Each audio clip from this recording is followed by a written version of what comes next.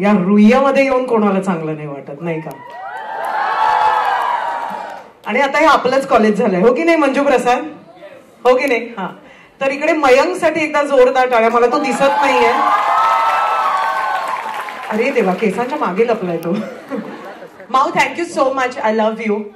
काय सांगू, चिवताईचा अखंड एक्सपिरियन्स कमाल होता. एकतर घरातली मंडळी म्हणजे प्रसाद, मंजू, स्वप्नील, संजय मेमाणे यांनी हे गाणं जेव्हा ऑफर केलं, मी म्हटलं जर दुसरं कोणी दिसलं मला तर तुम्ही बघा मी तुमचं काय करते.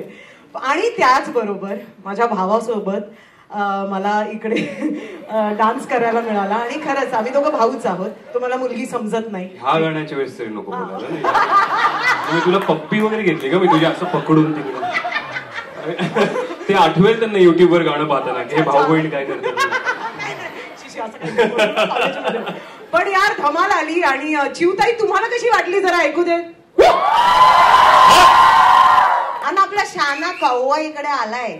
शाना कौवा, तुम्हाला कसं वाटतंय? एवढा एवढा कावळ्याचा आवाज काढा.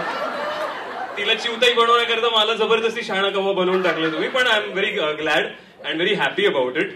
मला अमृता बरोबर एक आयटम नंबर किंवा एक रोमॅन्टिक नंबर करायचाच होता. आम्ही दोघं झलक दिखलाजा मध्ये सोबत होतो, पण त्यावेळेस आम्ही सेलिब्रिटी कंटेस्टंट्स असल्यामुळे आम्हाला एकत्र नाचायची संधी नाही मिळाली.